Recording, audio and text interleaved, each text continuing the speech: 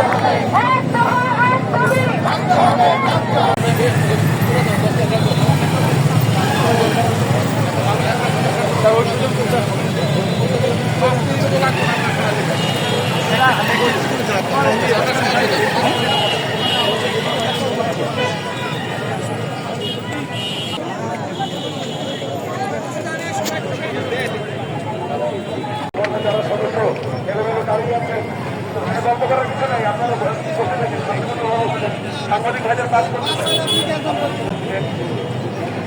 দাঁড়িয়ে থেকে কোনো লাভ নেই, শান্তিপূর্ণভাবে বসে যান।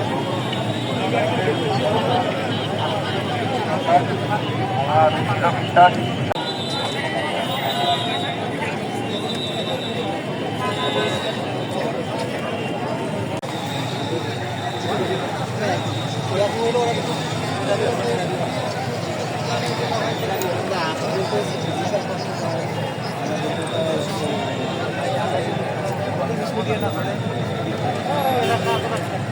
পাবো